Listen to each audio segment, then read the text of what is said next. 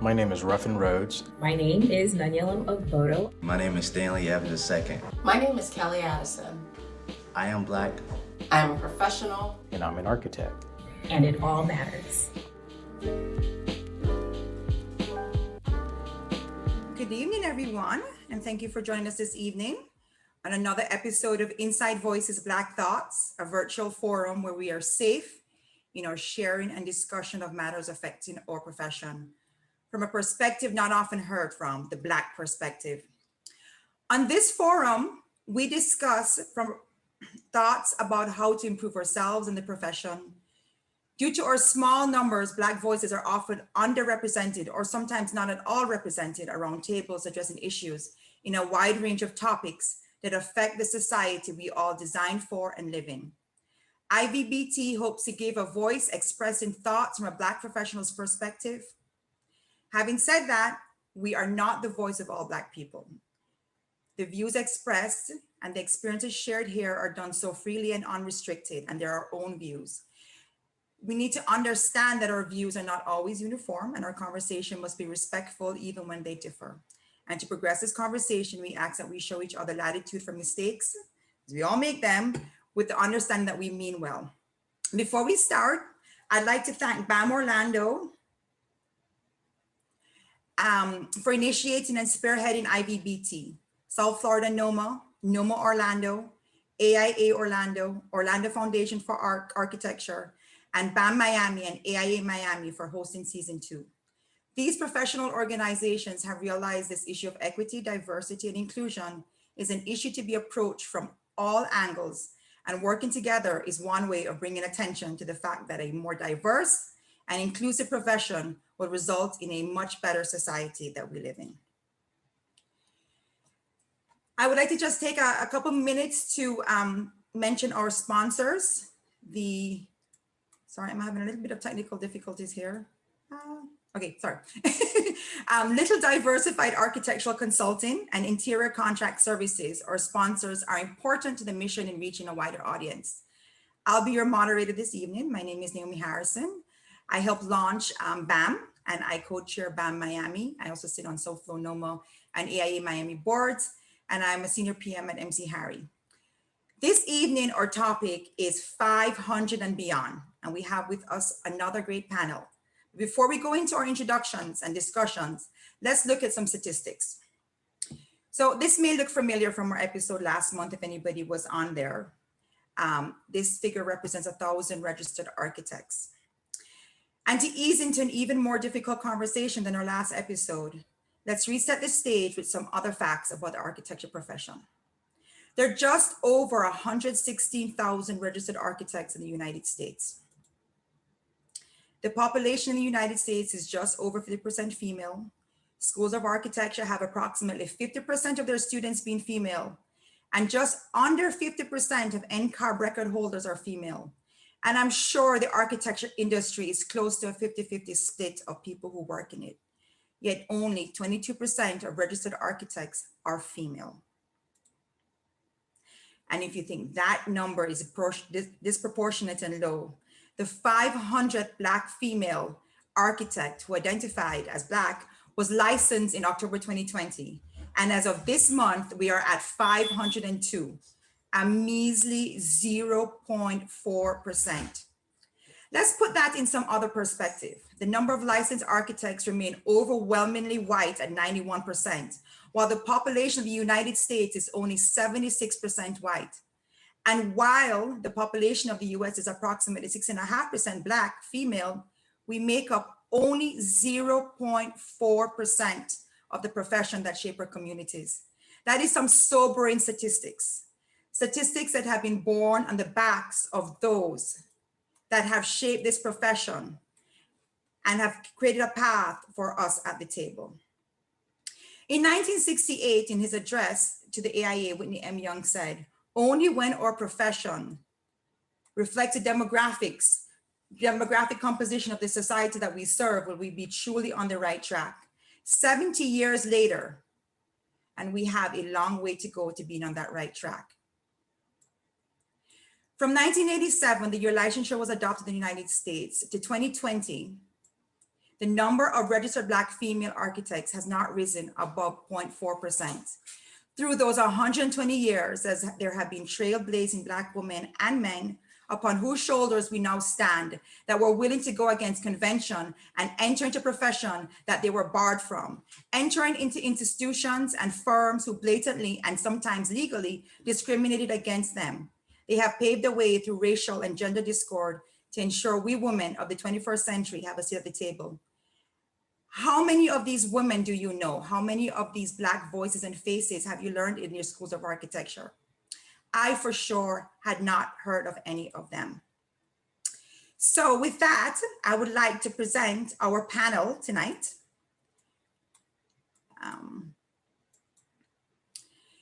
And then we're gonna have a little walk through history. We're gonna do some things a little bit different this month. So first up, we have Tiffany Brown. Tiffany is the newly appointed Executive Director of the National Organization of Minority Architects, a passionate leader within NOMA and the architecture industry, recognized by her peers with many awards for outstanding leadership in her community and architecture profession. She is also the founder of 400 Forward, which we will hear more about later. Her work with the organization was recently featured in a new documentary in partnership with Target, Designed for All. Welcome, Tiffany. Thank you, Naomi. Patricia Spivey, right? Spivey, sorry, Patty, I'm going to call you Patty. So we're calling you Patricia when I've known you for so long. Patty, I think, will attest that after a fulfilling career of amazing accomplishments, her most recent reward was retirement.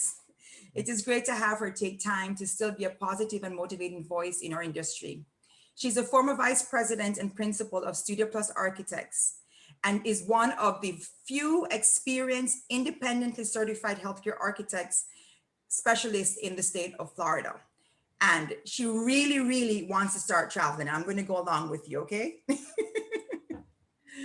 Welcome to the forum, Patty.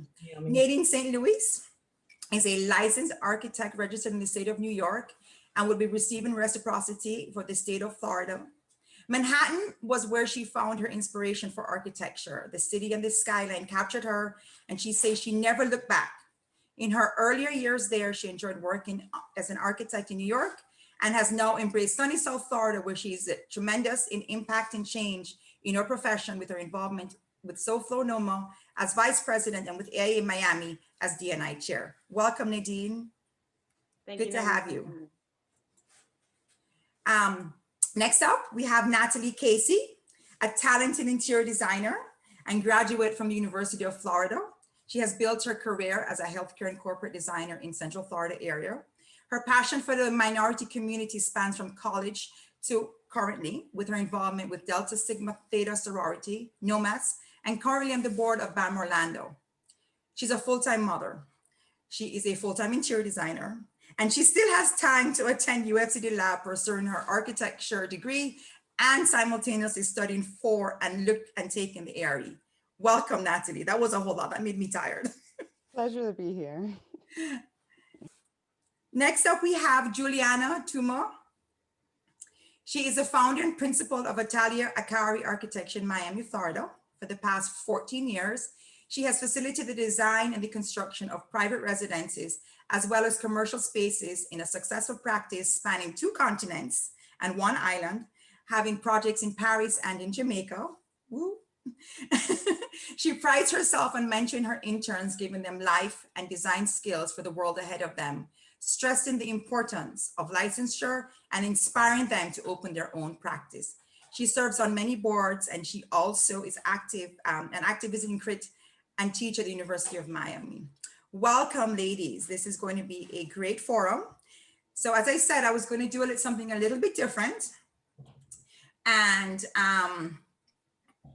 since we're surrounded by greatness, you know, everybody always thinks about those who have mentored us currently in our careers, but nobody ever really knows of those who have gone before us, upon whose shoulders we stand. So I'm going to share my screen again, if I can get this correctly. And I'm going to take a very quick walk through the history of women in architecture, because it is indeed very short, and highlighting some of the highlights of Black women in architecture. So So in 1857, AIA was founded. In 1897, architecture licensure law was established. And Julia Morgan became the first woman to receive a licensure. And in 1942, Beverly Lorraine Green was the first licensed Black woman. I had never heard of her before any of this. In around 1945 to 1946, Georgia Lewis became the second Black woman to become licensed, and Ethel Furman was the third in the country. Actually, I wanted to showcase something else. In 1907, there was the inauguration of the AIA Gold Medal Award. To date, I think that's not really a spoiler alert here, because I think we can all figure that out. To date, no Black woman has ever been awarded that, and this needs to change. And only recently in 2016 was the first Black man posthumously, 60 some odd years after he actually died, was he recognized as an AIA Gold medalist, which is very, very sad. 1948, 1949, we had two sisters, Black sisters, actual sisters, not sisters, coming and becoming licensed females in America. Norma Merrick Sklarick became the fifth Black woman to be licensed. And in 1959, she became the first Black woman to join the AIA. In 1980, she also becomes the first Black woman to the College of Fellows. I'm not even sure a lot of us here on this program know what a fellow is, and that's another conversation that we will have, but look it up. In 1983, Roberta Washington launches the first Black-owned firm. And it continues through the century. In 2004, I just wanted to showcase this. Zaha Hadid is the first woman to win a Pritzker Prize. That's 150 years after that prize was actually established. And no Black woman has ever done that at all, has been honored that. I mean, there are those out there who should be honored with that. So in 2020, there's still a disproportionate enrollment of women architects, Black women architects. In 2017, right before 2020, Tiffany Brown formed 400 Forward, and we'll talk about that more, when the 400th Black female is licensed. In 2021, we're at 502. In 2030, we want to reach 1,000 Black women architects, and we need all of your help. So, thank you, ladies. I don't know if many of you actually knew about those statistics before we were compiling this presentation. Tiffany, when you started 400 Forward, what was that goal, and why did you see the necessity of starting that program?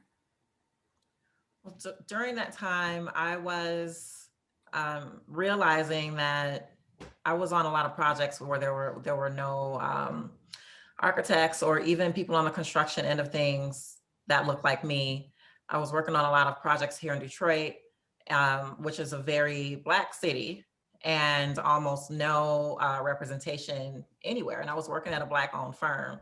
Even in that firm, there was not much Black leadership besides our principal, Rainey Hamilton. And later that summer, I just realized, just going through different challenges and getting to the point in my career, there was a need to just really reach back and try to make sure that path was easier for those coming behind me. And later that summer, the 400th living African-American woman became licensed. And that's when I decided to name my initiative 400 Forward, because I already knew that I wanted to do something for Black girls in architecture, but I wasn't sure what I would call it, how I would go about it. And so at that time, I decided to try to seek out and support the next 400 Black women architects, at least provide access to them, exposure to them, because that was something that I was lacking growing up. So I wanted to be the face that I was looking for as a kid, and just try to be the person who opens the gates and provides access. Which is so important. You know, you, as we were talking about those women who have, you know, we're on the shoulders and the backs of those women that went before us. I mean, and there are more. I mean, it's a short program, but we need to be the shoulders of the next generation, the future generation, if we want to grow those numbers.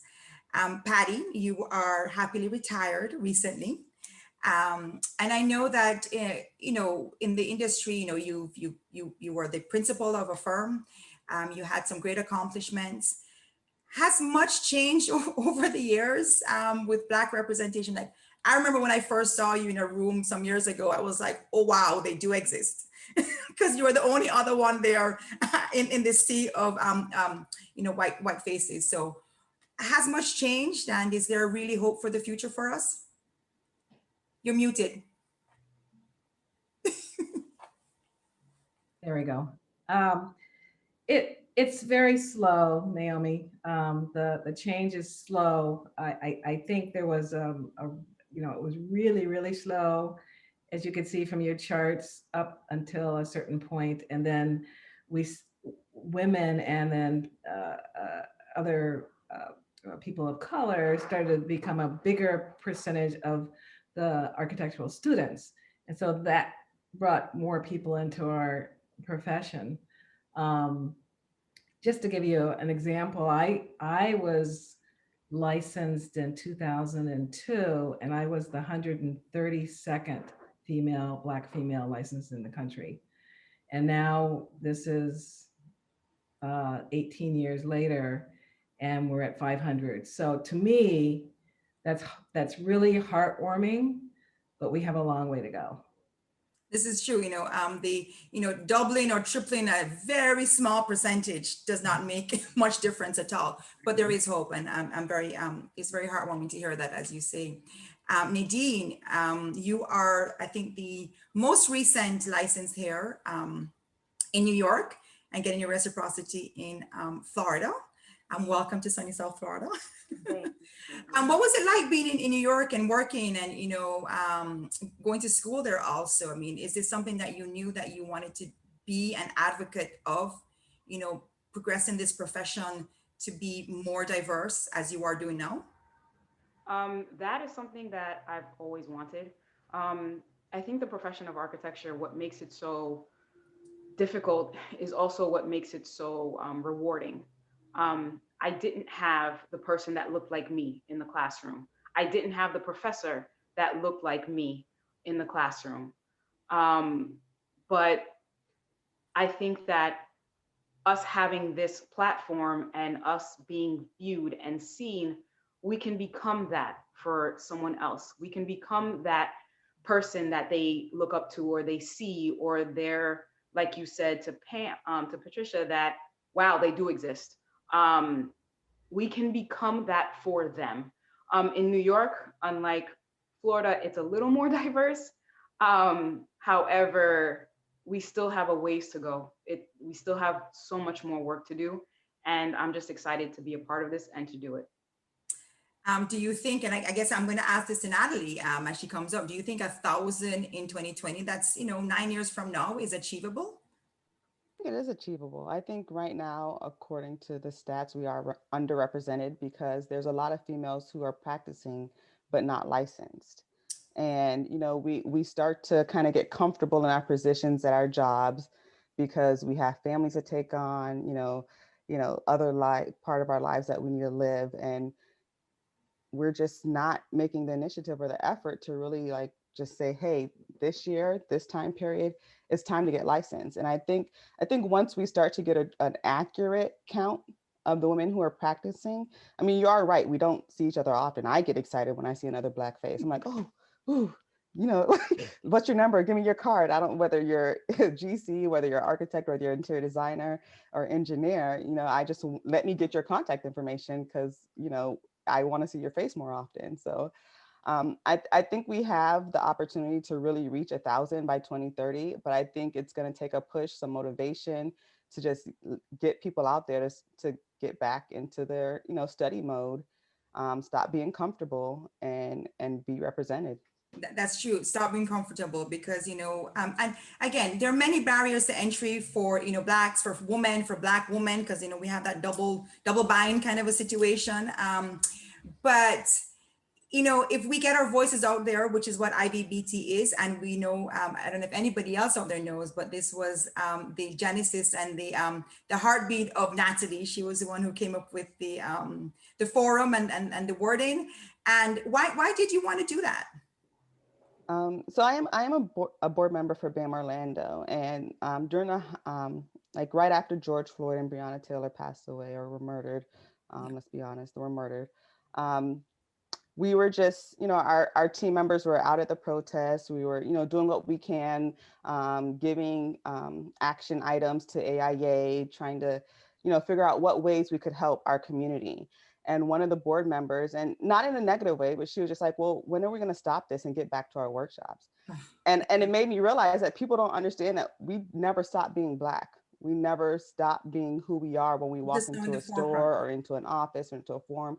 So I wanted to create something, or, my response, I didn't want it to be negative. I wanted to be like, how can we educate? If she's asking this question and she's a board member for BAM, how can we help create something where other people in the industry can be educated to understand, like, every time we walk into an office or a meeting or a conference room, we're underrepresented. People talk right past us to the white male who's sitting next to us, as opposed to us who were like, sitting at, who actually did the work, did the project. What can we do to help them understand that we can never stop, because we can never stop being Black or stop being female. And our voices are so important, very, very, very important. And I know that when we were talking a couple of times before we are this actual forum, Juliana was saying that, in her office, her mentorship style, and there's all different types of mentorship style, is to, just really encourage her interns to get licensed, and the importance of getting licensed, and to just set them out into the world with that, as a focus for them to go and, have their own practices and bring those numbers up. So Juliana, welcome to this discussion. What is it like, having interns in your office and encouraging them to be licensed, and making them know the importance of licensure?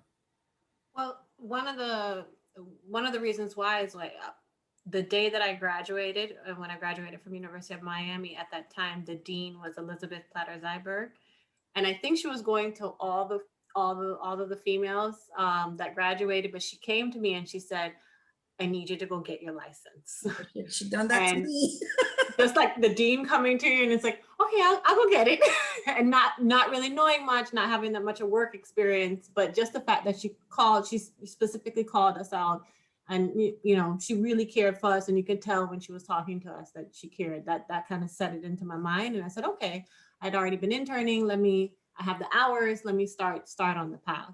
So I remember that. And then once I started really working and getting into building departments and seeing clients and seeing like, okay, they're not a lot of us, because a lot of us tend to just go into, my class went into other fields, because the recession also hit while we were working and transitioning out of university. So that got rid of a lot of the females, and we went on to other things. But because of that, when I get a lot of internship requests, but if I see a female, I'm always quick to just, let's have a meeting. I might not have anything for you, but let's at least talk, like I'm here, I'm responsive. It's not just going to some, HR department. And then if I do get someone in, I always have them register for their IDP, also create a LLC. You might not need it now. You may be helpful later, but start thinking like an entrepreneur, and it will help. I have found that it's helped me to be more flexible with my home life, because I did want to have a family and I did want to have children. So I needed to find a way to manage that, and having my own business helped me. And then they see it. They see my child there. They see me running around meetings with her. They see me pregnant. Did you just pick your child a while ago? I had to try to do the same thing to mine. Yeah.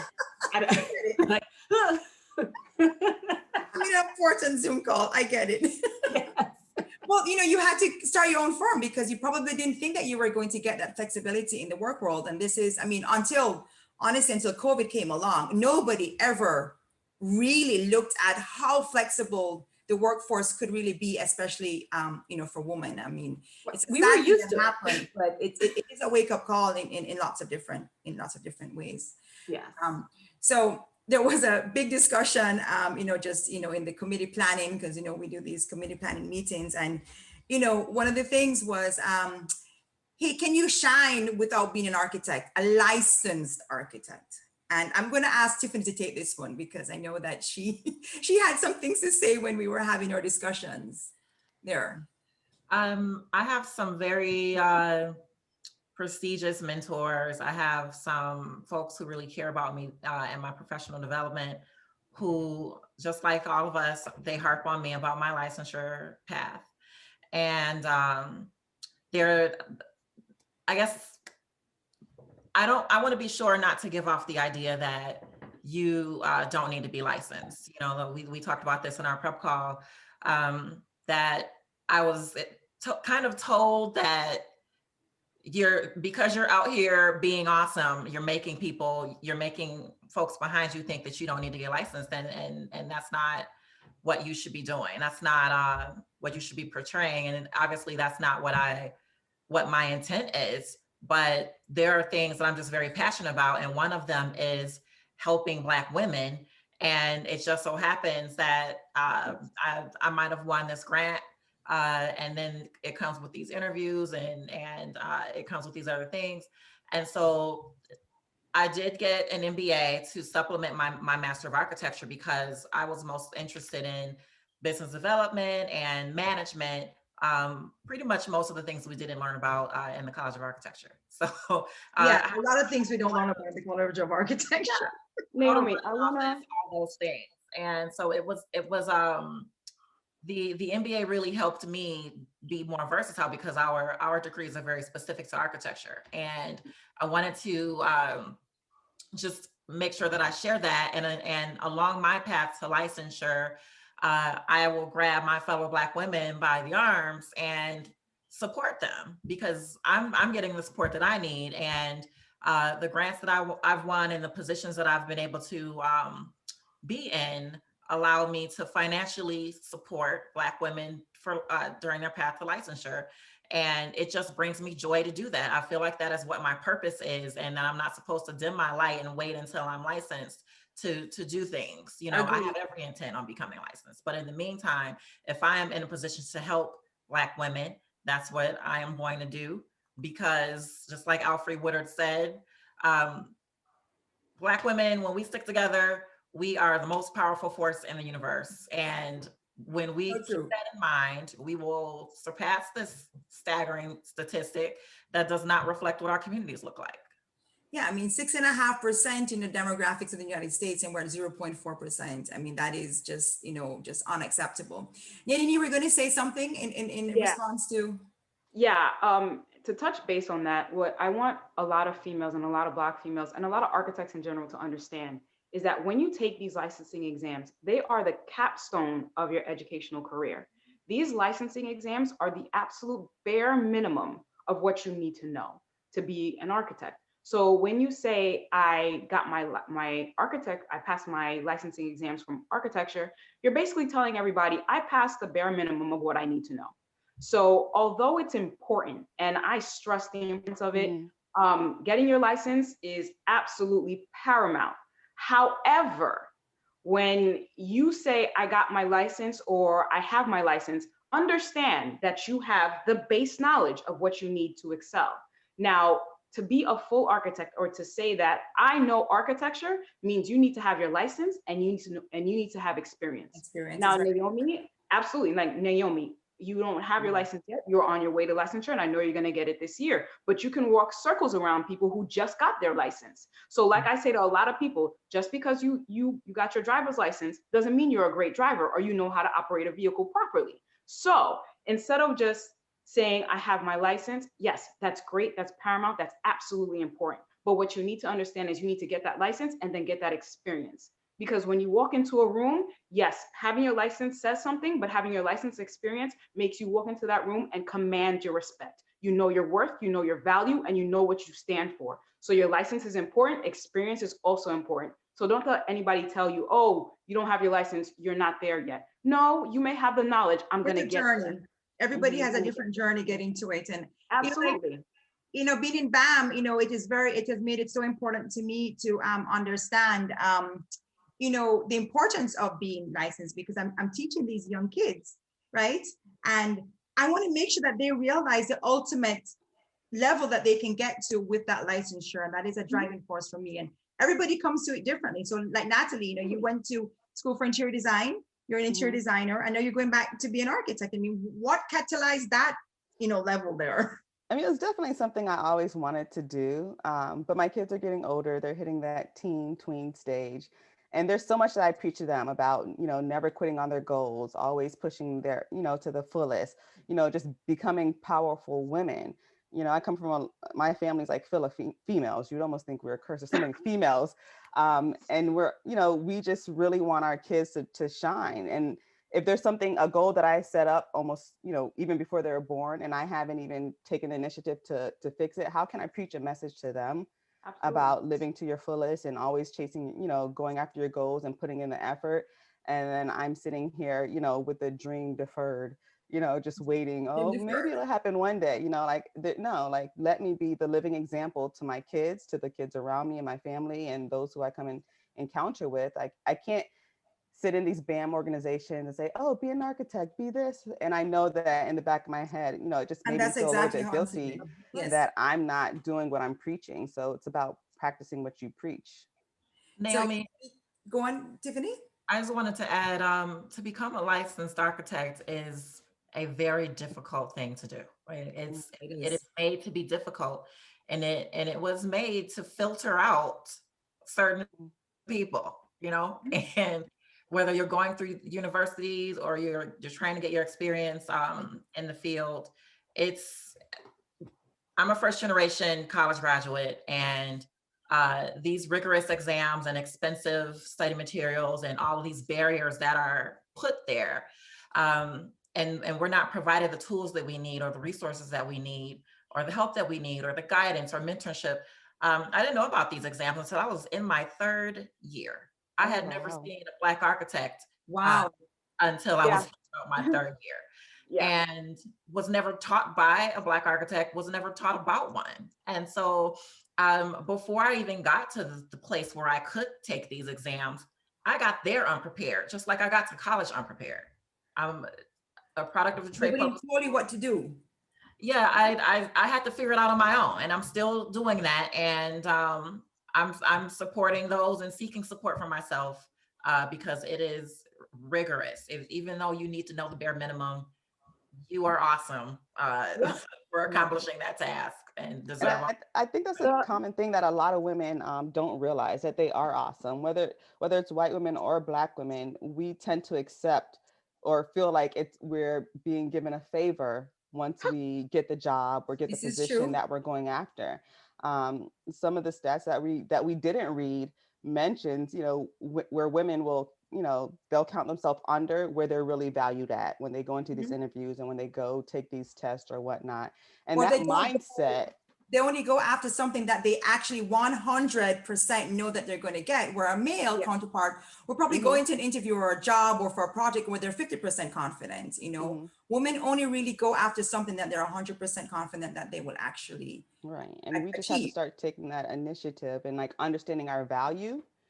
Because there's even stats that show where we'll take, you know, less pay, like we'll just to get the opportunity, just to get our foot in the door. But it's like, we went through school, we went through several programs that try to weed you out, and we still made it through.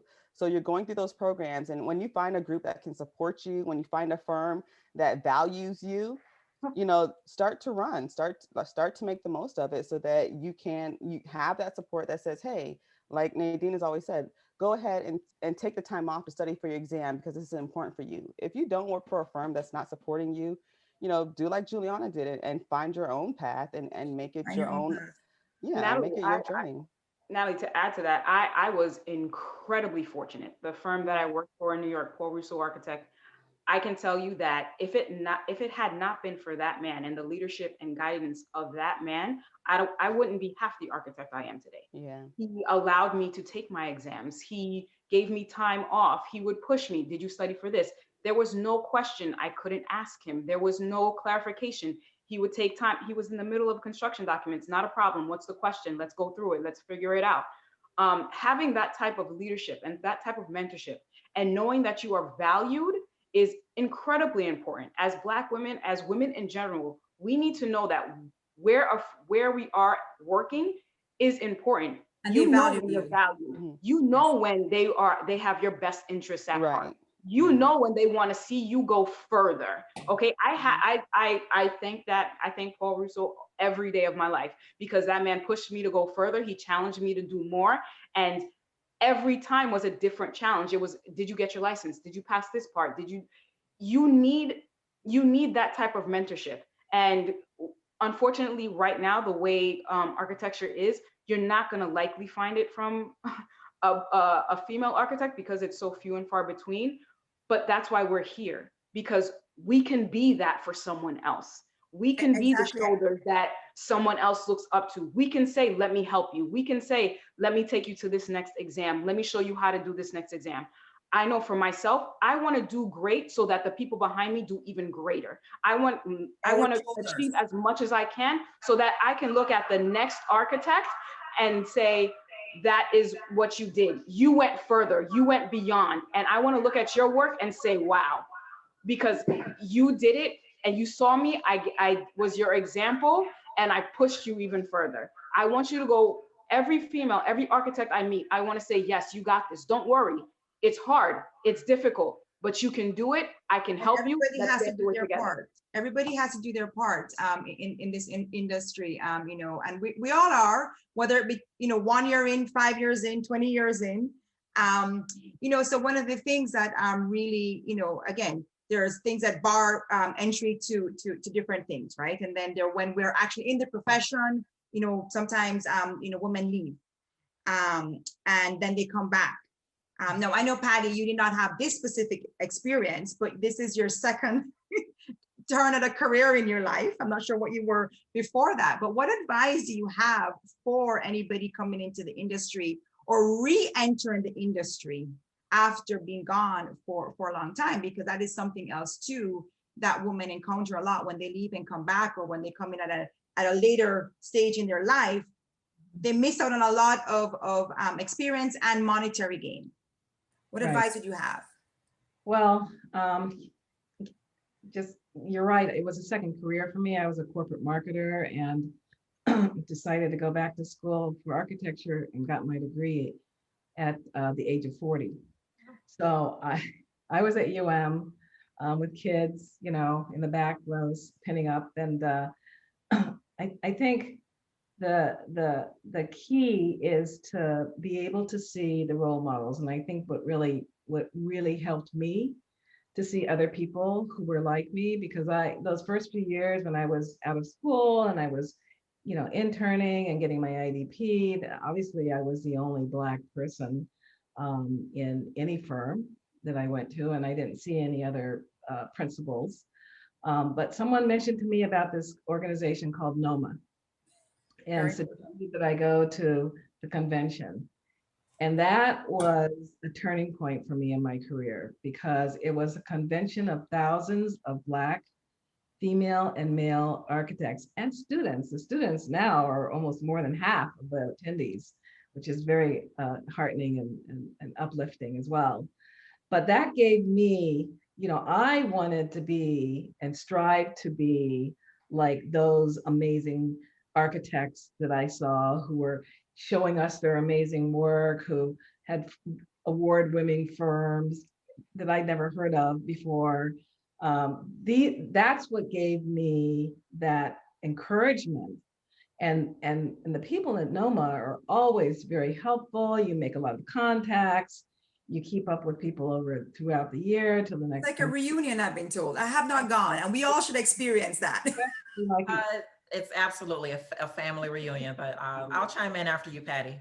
No, that's, you know, so I think coming back, finding some sort of resource like that, whether it's an organization of people of color who are helping each other, whether it's a women's organization, whether it's, you know, a bunch of people that you run into. You know, I do the same thing. I'm at some sort of vendor thing and I see somebody and we exchange cards, and now we're LinkedIn together, and I keep touch with these people. A young lady I was mentoring, she's out in California now. She said, I just got licensed. I'm so excited for her.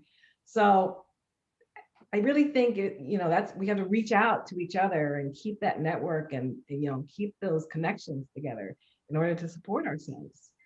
We are all role models for others. I mean, we don't even realize it. I know Giuliano, you probably think that, you're not out in the community doing all this, a lot of mentoring, so to speak, like, BAM or something like that. But just within your own organization, you're really making sure that you're mentoring the females that come through there to equip them, for the rest of their life, which is very, very important. A lot of women work at firms that they don't have that. I've been blessed where, I've had that mentorship, and mentorship comes in so many forms. I mean, mine were two older white men, they mentored me from in my early 20s, and I totally love them for that and the opportunities they gave us. Do you think, Juliana, though, that had you not formed your own firm, that maybe you would have had to have left the workforce because, your family and all that sort of stuff, and had, been one of those statistics to come back into it? It was so important to you to start your own firm so that you would not have to be, kind of stuck in some of these statistics. I needed more flexibility. I'd gone off and studied in France, and I was moving back and forth. And I personally was putting the guilt on me, like if I wasn't like the last person out the office, or I didn't, work on the weekends or work at night. So I needed to step away just to get some personal, like, okay, I need a balance in my life. So, and having my own company forced me to do that without the guilt of having the whole team. And I was able to work it out with my clients and just manage my schedule better, because when I am like within school settings or in a larger corporation setting, I don't want to let the team down. So I tend to just like give it my all almost to my detriment, to my health detriment. So that helped me force the balance. It's a pay cut, not working on very, very large projects. And I tend to do smaller projects, so to give me that flexibility. And then, I can consult and join larger teams and then take a break and then go back to my. So speaking of that whole pay cut, which you took for specific reasons, or not necessarily a pay cut, but you did not get as much money as you probably would have if you were in the mainstream industry. So that brings us to a topic that a lot of people don't ever like to discuss. And we should discuss it. Which is compensation, and which is the value that a firm or a company has in you and all their employees. I mean, it's not just, let's pay the Black woman more because she earns it and she needs it, et cetera, right? Because it's not based on that. So what are your thoughts, on that? And I'm going to put this to Tiffany. On that, going after what it is that we're worth, what it is that we want, what it is that is, in the industry. Before you do that, I was reading a little statistic. Again, I've been reading a lot on this thing that, women in general, and I'm going to say probably Black women in specific, over their lifetime of careers, they lose $500,000 in salary just because they enter a workforce. They do not actually negotiate as well as men do. And they end up like $1,000 or $2,000 behind men. And over their course of their life, they've lost $500,000 in salary. And that was just like mind blowing to me. So what do you say to that? And what advice do you have to others out there who should be asking for their worth? When you realize your value, the whole world changes in your eyes. When you feel like you need to work at a place for a paycheck, or that you can't get a job anywhere else, you've searched high and low, and you finally landed something, and they just start to mistreat you, you fall into a pigeonhole that is really, really hard to get out of. So the confidence that you need and the things that you experience and the lessons that you learn along the way are just going to be important for you to realize what your worth is. And I actually came from a large firm. I came from Smith Group before I was in this position as executive director at NOMA. And there have been projects that I've worked on. I'll just name the names because we're here to be candid, right? I was on a project doing some work for Ford Motor Company, and I was sitting next to someone that I graduated with. he was about two 80-year-old white men away from being the next CEO of the entire real estate arm called Ford Land here in Detroit. And I know that I had more experience than him, and I had more education than he did. And I would not have been afforded that opportunity, you know, and there have been other times when I've gone in and asked for a raise, and I've had to prove why I deserve it. But I know that my male counterpart will go in and say, hey, I want this raise or I'm going to leave. And it's like, hey, whatever you want, just what do you want, you know?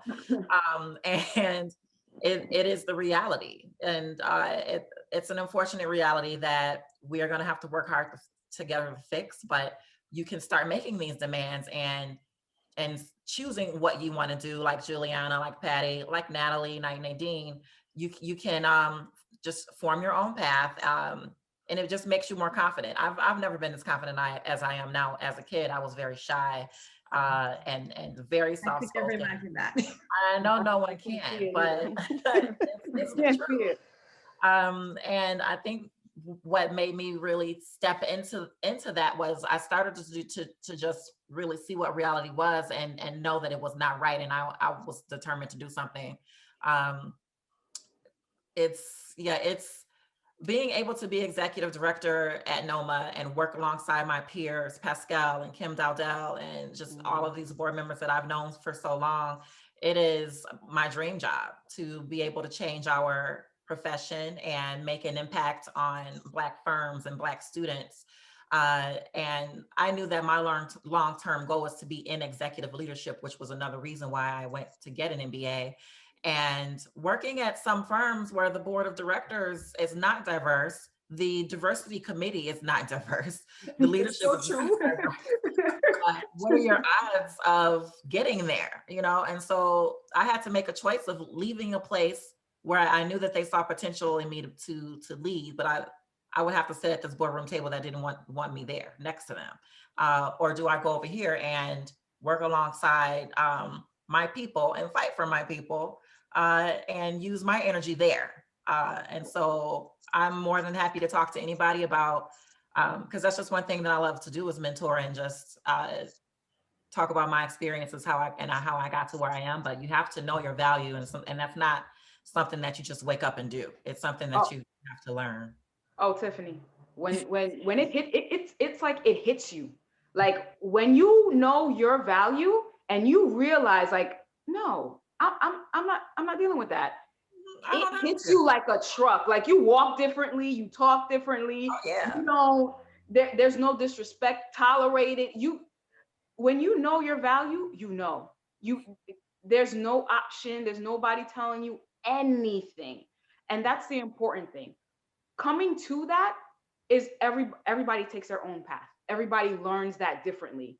Learning what your value is and really understanding what your value is it takes some time, but you'll get there. And when you get there, nobody can tell you anything. There's nothing like it. I mean, when I went to resign from that position, and they were just willing to throw whatever I wanted at me, and I was just like, I've seen how you responded to this civil unrest over the summer. I'm looking at what you're doing. It's not making. And that is very telling. That is very telling. Firms that don't make you feel safe. Yeah, you need to support what I'm passionate about. That made me feel safe. Look at the signs. Look at the small signs. They're there. It'll. There's red flags all over the place. But you know, so again, as how important, you know, knowing those that have gone before us, and that we have never ever heard about them in the schools of architecture. I'm not so sure if any of you ever did in your schools of architecture. Natalie, you're in school right now. Have you ever heard of any of these women, or even the Black men that have really gone against all the odds of gender and, you know, racial discrimination? I think we would be more, I don't know, interested in doing more in our community if we knew about that. I mean, you're in school now. Do you? I mean, definitely an undergraduate, no, you never heard about any of these people. I mean, I did take an elective this graduate level last semester, where the teacher actually did something unique because we're all online right now because of COVID. And he had us, basically every class session was with an international architect. So we saw people from, you know, Dubai, from from Kenya, from London, from, you know, from all over the world. I mean, we probably never would have had the opportunity had we been sitting in a classroom. You know, they're just pulling from whoever's around Orlando or whatever, you know, Gainesville area. So just seeing that alone, I think kind of really just motivated me even more. Like these people, a lot of them even started in the States, but then went back to their own countries and went back into their own communities to reach back in and help them out. And I think our undergraduate courses have a lot of work to do. You know, I went to University of Florida. I think there's something that needs to happen to introduce these diverse, very talented architects who are out there internationally doing great works, doing great things, helping out their communities. But we see the same 5 names over and over: Corbusier, Mies van der Rohe. Yes. Like, how many times can you hear it? I mean, yeah, they're cool, True. but Let there's me so tell much you- more talent out there that has, you know, come along the way. Like, When I But was in school, nowadays, they I were mean, all they have it a white lot and male. easier just because of the internet. yeah. Well, at least back in my days, it wasn't that, you know, in front of, you know, there. But Natalie, you know, something that we have not really discussed in depth is you're a mom, Mhm. and it's challenging going to school, working, studying, and actually, you know, being a mom. How do you juggle that? I mean, you know. I mean, it's definitely tough. I definitely have a very strong village to support me. Like we've all said, support is the key, whether it's through your job, your family, you know, your friends around you. Definitely the support is a key factor. But I mean, just also that self-motivation of knowing your goal and setting your eyes on that goal. By any means necessary, I'm going to accomplish this goal. So you, like Patty said, take my kids will sit there with me in the band meetings, at the BAM, you know, volunteer or activities, you know, taking them to the studio with me when studio was open. Like they know the guys in my classroom. Like they know the voices of my teachers because they're sitting somewhere in the background.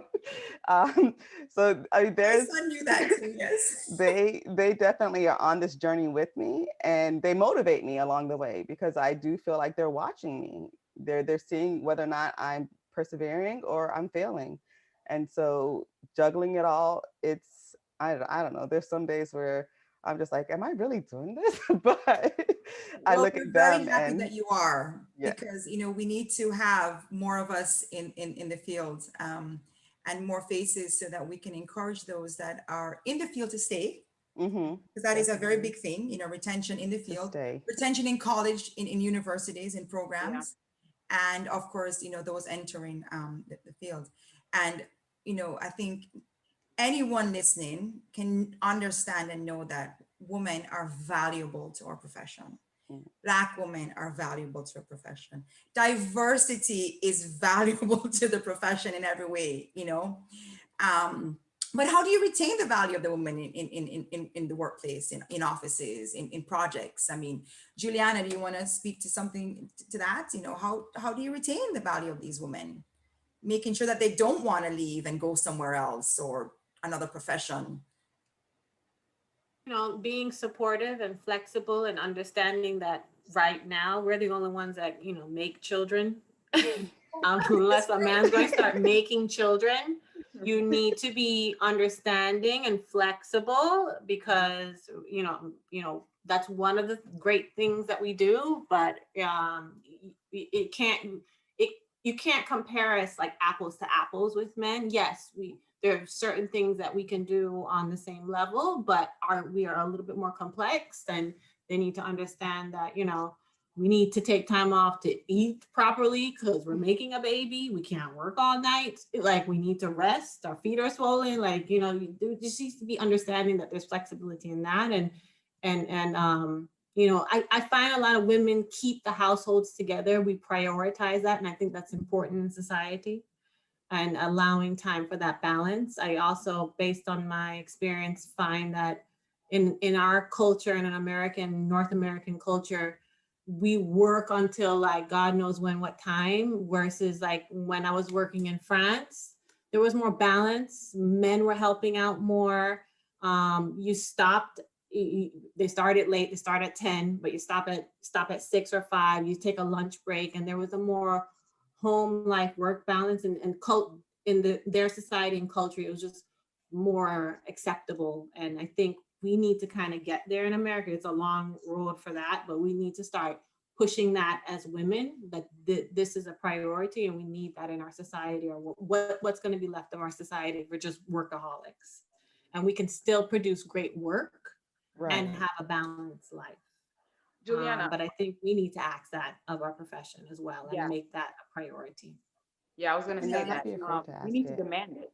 Like, oh, can you stay 2 hours? No, I need to go home and take care of my kids. I need to. It is. I've been here since 8. It is 6:30. It's time to go home. I'm Well, during going. COVID, women have been affected a whole lot more, with that work-life balance, working from home. Black women have been, the statistics, they've done a lot of these statistics on that, there. And, you've all kind of touched on this, but Juliana said this, and you just said this a while ago to Nadine, is that sometimes we as women feel that we have to work longer, harder.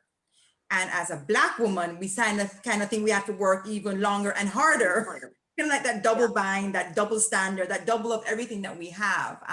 Patty, you were in the C-suite, which only 4% of the entire country, 4% in the C-suites in the country are Black female.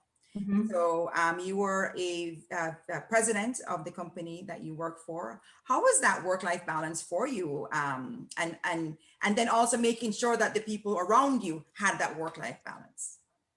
Well, the firm I worked for was really, really good about that. Flexibility was built in. We had half-day Fridays so that you could, do banking or whatever while your kids were still at school.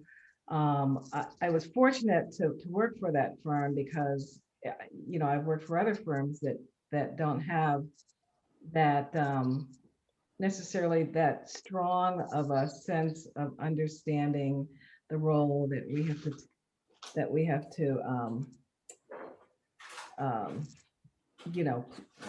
to do with taking care of kids and also trying to rise up in the company. I became a principal later in my life after my kids were gone. So, when they were smaller, I was doing the track like everybody else, project manager, senior project manager, working my way into more leadership roles, became an associate. But it really wasn't until, they were really gone that I felt like I could put that 120% in that's required at that certain level. And so that's a problem, that's a problem for us, trying to raise families, because that's not sustainable. Do you think that firms lose out on women and not making the environment there more conducive to having more women work and be flexible? Tiffany, do you find that? You're a mom. Yeah, I'm a single mom, and I'm a single mom of a competitive gymnast who's a championship winning competitive gymnast. And she pretty much embodies all the things that I wished to be when I was her age. She's vocal, she's determined, she's just all these things that when I see her, it's just like I wish I was her, and here she is, and to look up at my schedule and see that someone has scheduled me for an 8 a.m. meeting when I drop my daughter off at school at that time. Like I have to literally block time out on my calendar because someone will pack your schedule if they see that you have an opening. And most of the time it is, a male counterpart. And I did find it that it was important to me that a firm be flexible, just like Juliana said, where I can pretty much work from the moon. I have a laptop that I have access to our server, and I don't need to be planted at my desk where people need to keep an eye on me. Those types of things are important, and I think firms are realizing that more so now. Even with insurance that they provide, it seems to be more mindful of moms with kids, and especially moms of athletes. So sometimes it takes a little tugging at some folks, like this is my schedule and these are my boundaries. And they're not missing out on anything if you're gone for those times. It's not as if you're not going to come back the next day or later on that day or something to finish what it is that you're supposed to do. You know, and when you're accommodated that way, you don't mind jumping on your computer when you're sitting on the couch at home at 7 p.m. or something. It's like, okay, you know, I like my job, so let me try to get ahead for tomorrow. And you know, it just makes you, it boosts your morale. And when you feel valuable by a company, you want to stay there. They don't lose important, valuable talent that they don't regret later on when you leave. You know, they do what they need to do to keep you. I think that's really important. Like, you can't stress that enough. When you understand when you're valued, and when you're valued, you want to go that extra mile. Right. You'll get ahead tomorrow. You'll do even more. If you know, it's a give and take. Oh, I need this time. Okay, so I'm going to give you this time. Like, it works together. It's not into the detriment of the firm to be flexible, because you'll get it back tenfold. And COVID is telling us this right now, for sure. We have a couple questions. We're at 8 o'clock, and I know that we don't like to go too far along past 8 o'clock. And it's, you know, we all want to stay here because, you know, we will stay talking all night because there's so much to talk about. But we have a couple questions, and I'm going to read them. Diversity and representation must come in all contexts and instances, but what are some of your suggestions to actually implement designs and projects by Black women in our studios and precedents? Natalie, you want to take that since you're in school? And I don't know. And then of course, Juliana, because you are actually a crit and a teacher at UM. So I'm going to give it to both of you. Natalie first. I'll start. Honestly, I like to challenge not just my teachers' thinking, but also my peers. Because I feel like if I'm in a classroom of 12 to 10, 20 other people, and I know they're going to go out into the world and become designers or whatever, I want them to have to think about the things that I have to think about when I go home or when I go back to the neighborhood that I grew up in. And so I do speak up in crits of other students during the class. You know, sometimes they may not be so happy about that, but I will speak up and ask the questions that are the hard questions to ask. Like, well, did you take this into consideration? And have you thought about that? I think a lot of times, when you get into grad school, you're just kind of shuffling through let me just get to the end. But if those are the people that are shaping tomorrow, like, that's my opportunity, and that's my time to sit there and make them think about the hard things in life, the hard things when they actually get out to design these schools or these museums or these libraries for communities that they've never come from, that they don't even know what it feels like to live in those communities. And so you just have to push people and make them feel uncomfortable, because until they're feeling uncomfortable, they're just going to stay comfortable. This is true. And we all have our level of comfortability that we need to kind of have a nudge for and go on and do that. So Juliana, as a teacher, as a visiting crit and as a professor, adjunct professor at UM, or? No, I go in as a visiting crit, and then, you know, they'll ask me to help out sometimes with like I helped out with a Revit class the other day, and then I was an adjunct for other universities, like an adjunct for FIU and other things. But like the last crit we did, I was a part of a crit. They had a project in the Bahamas for a Haitian community in the Bahamas that they were rebuilding after the last hurricane that just completely wiped it out. And it was myself and another, I'm of Jamaican background, and another Haitian background. Coincidentally, we studied together too at UM. And we were basically the voice for the Caribbean. Like, okay, you got it. You didn't quite understand the culture. You need to, you know, you really did your homework. You studied well. You got the things that are important to us. So we made sure to voice that to the students, that, you know, you did a good job of paying attention, that, you know, that is important. It's not just a gimmick. It's not something you just put on. Like, this is our culture. This is what we do. And you've improved it even more with the architecture. So I think that when the universities invite us to crit, or other professors invite us to crit, that is very, very important, especially on diverse projects, and getting actual people in the field from those communities to crit them and let them know if they hit it or they missed it. You know, I think, you know, I didn't get to see the other studios, but for us, I think we were maybe four other crits were there, and it was just me and another person of Jamaican or Caribbean. That's something else that we should do, and those in the audience. I mean, honestly, it's going to your ask them if they have visiting crits. Right. Be a part of a crit. Most of these times when they have there's this the one person they keep on asking to come back every time, and there's so many of us, and the biggest thing out there is, well, I don't know very many Black people in architecture. Well, you know what? If you really looked around, you would find them. But we too also have to go into the Right. Yeah. and volunteer to do things. I mean, NOMA, South Florida NOMA, we're compiling a list of people who could be parts of those visiting crits in these universities at FIU, at U of M, FAU, etc. So they get that Black perspective and that voice. And that is how our voices are going to get out there and influence the next generation.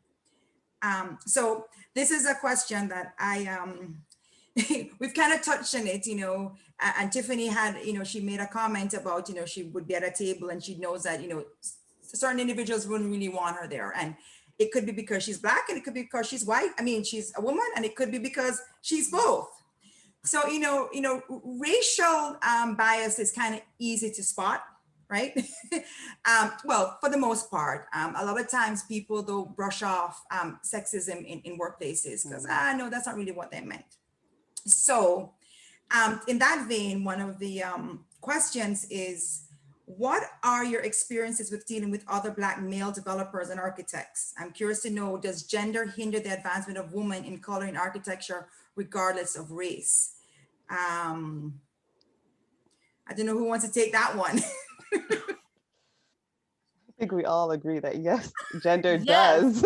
it does. Gender does hinder Yes. you. Like you could be sitting like in a room full of men, and they will blatantly disregard you every Yes. time, whether you are a Black woman or a white woman.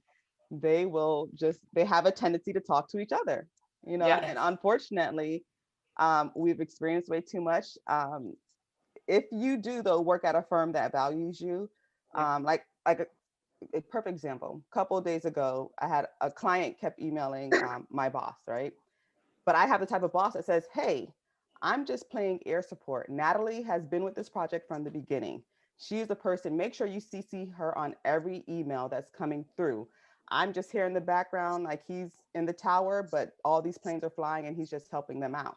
So when you have the support at your office that they're okay with saying, I'm not the man, it helps out a lot with you feeling valued, you feeling more confident in your ability, and then that client now thinking twice before they send out that email or ask that question or look right past you to your boss, that, hey, this person is someone that I can talk to. So you have to position yourself at a firm or around people that really do support you, not just think, oh, I can get her for a lower price and she could draft Right. faster and draft Yeah. more, Yeah. And speak up too, speaking up. And I know we run that risk of, angry Black woman or too emotional or, That's all right. I'll be angry. all those adjectives. That's all right. Call me angry. Try to Well, Call me use mad. those things. I think having male advocates is important because in reality, we work in a male dominated field, whether you're in construction or architecture, because I prefer construction management and project management.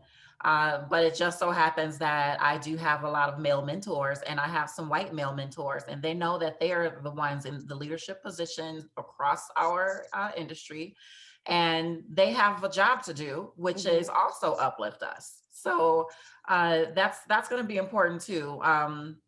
Hopefully everyone on this call and in our industry can land in a place where they have people who will fight for them and do what Natalie's boss did for her. Like, hey, she's more than capable of handling this. Yeah. You don't need to talk to me, you talk to her. And had I not had those male advocates, I wouldn't have ended up in the management position that I was in at Smith Group.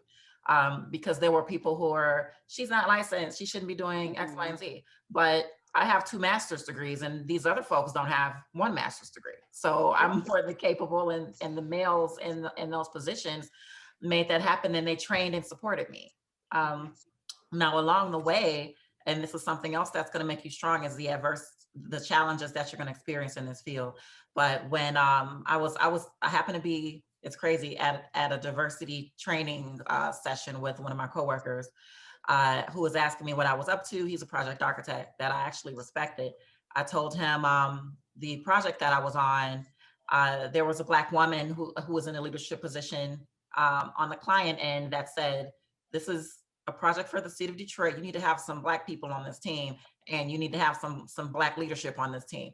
And so I was approached to get this promotion by someone who was mentoring me, and he knew that I wanted to be in management. And so this coworker and I explained the situation to him, and the first thing that comes out of his mouth is, what happens when you fail?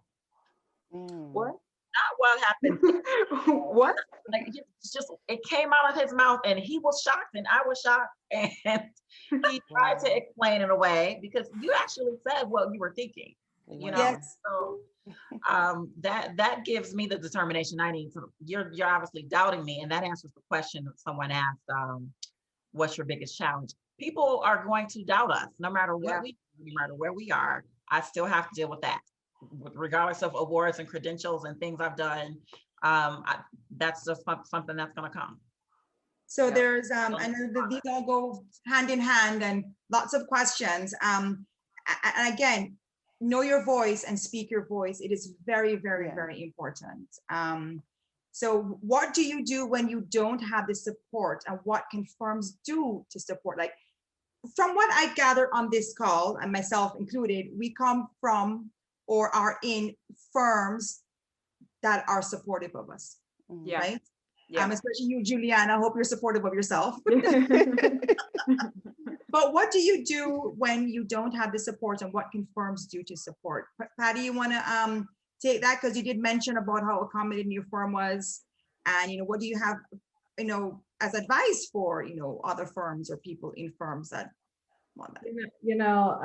I found early on that it was important for me to do what I needed to do in order to advance my career to the point that I wanted to advance it to. And that meant that sometimes I was at a firm in the early years that was not giving me what I needed, whether it's a support, whether it was flexibility,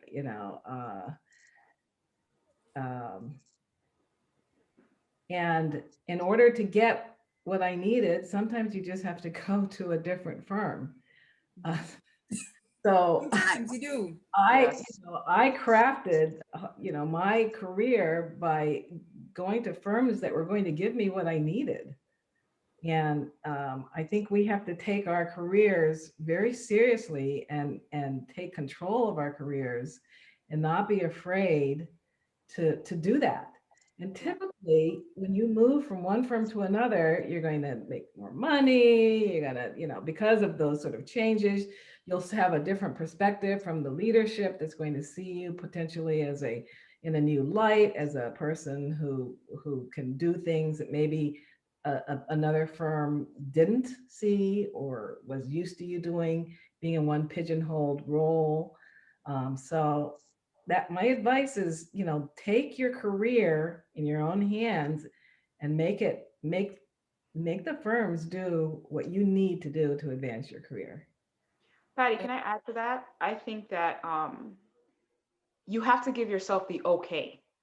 As women, we're like, oh no, we need to stay here. We owe that. No, it's okay.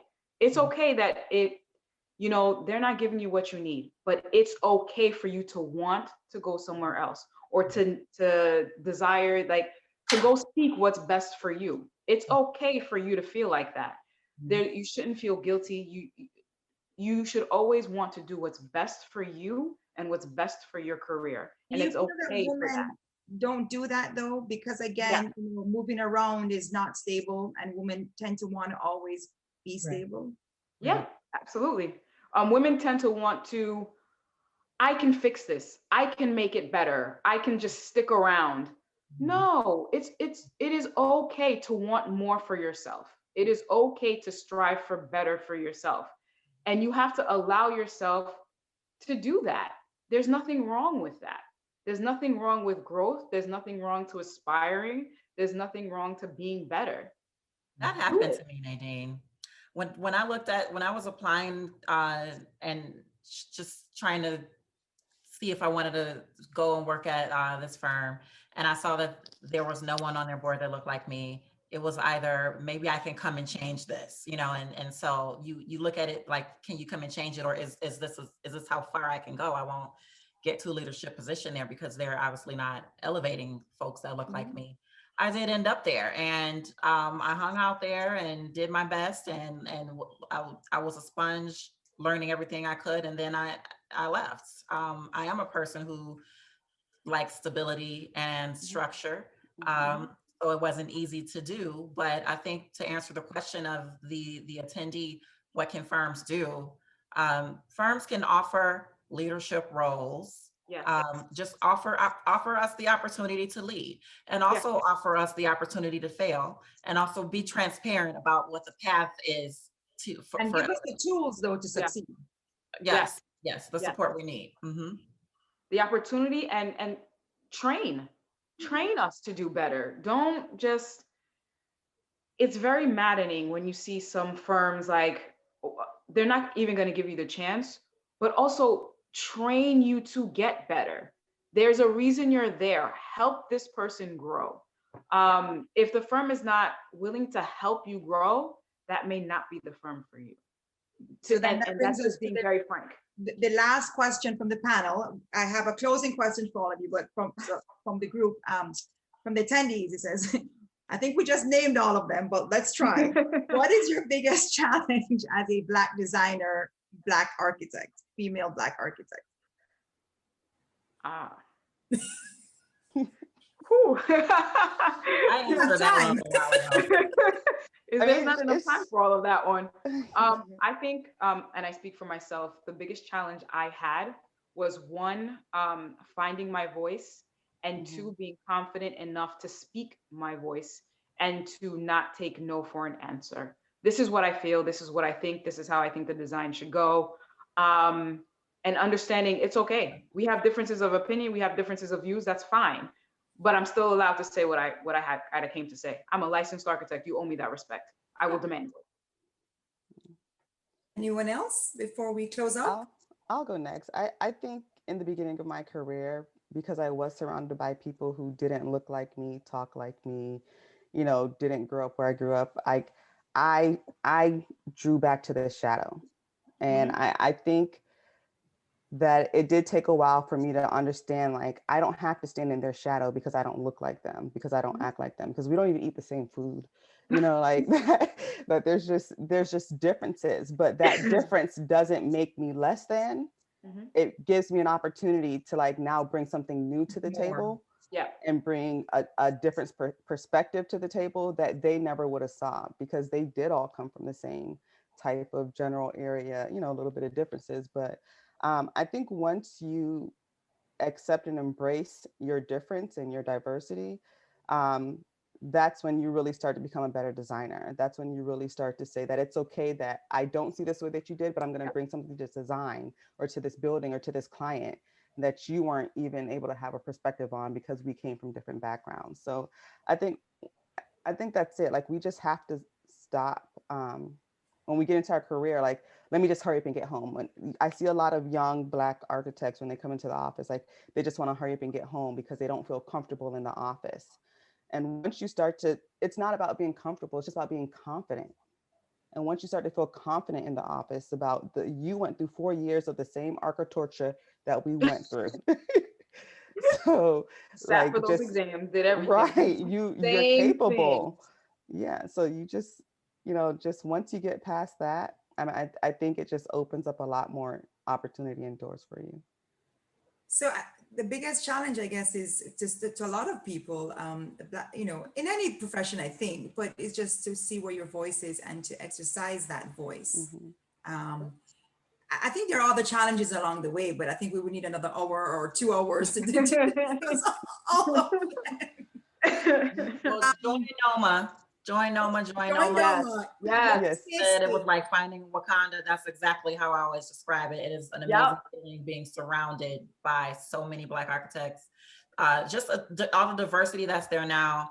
We're having our 50th anniversary conference in Detroit in October. So I hope to see everybody there. It is a conference like no other. It's a family reunion. It's I'm gonna home. be one of them. I will be there. I will be there. So to close, I mean, I know we could go on and on. So some years ago, I was reading an article, and Roberta Washington, who in that timeline, you know, I said, you know, she was the first Black female to open up her own firm in around 1980. And she had this to say. She said, sometimes she gets calls or emails from young Black women who are in the field or trying to get into the field, who are so discouraged because it seems that there's nothing there for them. They want to hear from me because they think that since I've gone through it, I have something to say. I try to be supportive, but I don't think that their chances are necessarily better. But I think that knowing that there are people who've come before them, who had similar challenges and survived and made the best of it, sometimes that helps. And I think that is very important for us to hear, because if we want to get beyond 500 and we want to get to 1,000, we want to make sure that everybody in our communities, you know, regardless of, you know, gender or even race, sees our struggle, learns from our struggle, and sees that we come out on the better end, that we're all the better for it. Sometimes I could do without the struggle, but so I would like for us to have some closing words of encouragement, you know, to the audience, so that they can take away something encouraging from this forum. So Patty, do you want to go first? Hang in there. Persevere. You know, we are the strongest people on this earth. And that strength will get you anything you want if you just want it bad enough. So just hang in there and keep going for what you want. You can do it. I did it. Look at all these women did it. There's other women who've done it. It can be done. And we can help. You know, find your community within architecture, because there are people that don't support you, and there are tons of people that support you. So just, you know, stick to the people that, you know, are helping you, that are supporting you. That's going to be your community for the rest of your career, and they're going to help you through. So just hold on to those people, because they're very valuable. Very true. Find your community. Nadine? I think what I always say is architecture is about people. So we need to help people, but we must understand that we are people. So we need to help ourselves. It's difficult, it's tough, but you got this, and we're all here for you. We're all rooting for you, and you can achieve far more than you think. Go for the stars. True, very true. Natalie? I would say just different is okay. Different is great. Celebrate it. Don't want to look like everyone else in the office. So Come true. in, wear your hair big, proud, curly, like be you. Like you cannot truly design for anyone, like from a deep place inside, until you're being honest with who you are. So just be you, be different, be proud. That is so true. So Tiffany, I will have you close us before I do the final closing remarks. Know yourself, know your field, be confident, always be professional, never back down, be present and active, show them that it can't be done without you, and take the time you need to figure out what you want to do in this industry. Yep. Perfect. Thank you so much, ladies. Before we go, I wanted to share some, you can see my screen, right? Some resources, and I know that Vanessa, thank you, Vanessa, for fielding all the questions and the comments. She already shared this in the chat. There's lots of stuff online for you to go and look at. You know, the Beverly Willis Foundation has a lot of stuff about pioneering Black women. I'm hoping to also, SoFloNoma is hoping to get together for Black History Month, you know, more of this timeline to share with others so that we all know. So we're hopeful that ending this discussion with your audience has brought some more insight into Black women in architecture. There's lots more to discuss. I mean, this can go on for a very long time, but also why it is so important to grow our number.